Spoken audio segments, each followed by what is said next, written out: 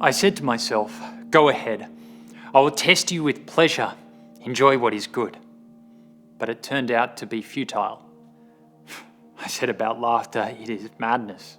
And about pleasure, "What does this accomplish?" I explored with my mind the pull of wine on my body, my mind still guiding me with wisdom, and how to grasp folly, until I could see what is good for people to do under heaven during the few days of their lives. I increased my achievements. I built houses and planted vineyards for myself. I made gardens and parks for myself and planted every kind of fruit tree in them.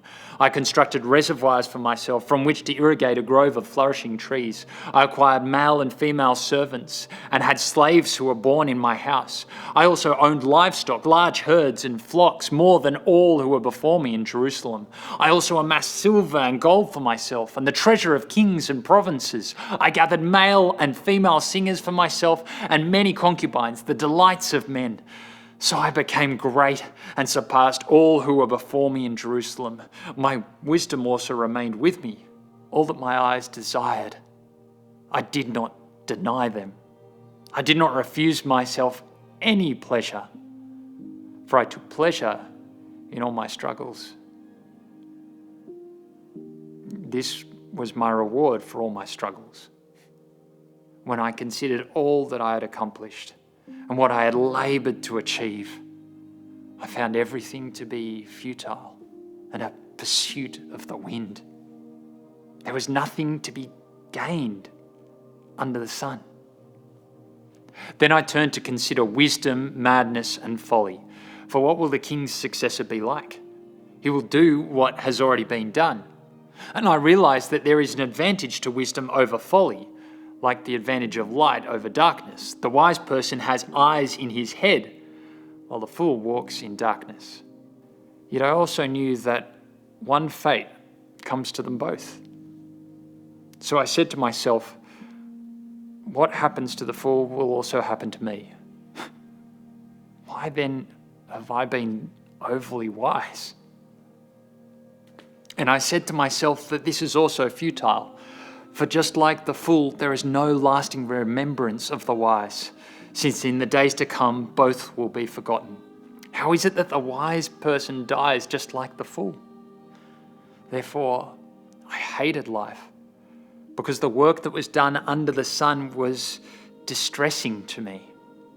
For everything is futile and a pursuit of the wind. I hated all my work that I had labored at under the sun, because I must leave it to the one who comes after me, and who knows whether he will be wise or a fool. Yet he will take over all my work that I labored at skillfully under the sun. This too is futile. So I began to give myself over to despair concerning all my work that I had labored at under the sun. When there is a person whose work was done with wisdom, knowledge, and skill, and he must give his portion to a person who has not worked for it, this too is futile and a great wrong. For what does a person get with all his work and all his efforts that he labors at under the sun? For all his days are filled with grief, and his occupation is sorrowful. Even at night, his mind does not rest. This too is futile. There is nothing better for a person than to eat, drink, and enjoy his work. I have seen that even this is from God's hand. Because who can eat and who can enjoy life apart from him? For to the person who is pleasing in his sight, he gives wisdom, knowledge, and joy. But to the sinner, he gives the task of gathering and accumulating in order to give to the one who is pleasing in God's sight. This too is futile and a pursuit of the wind.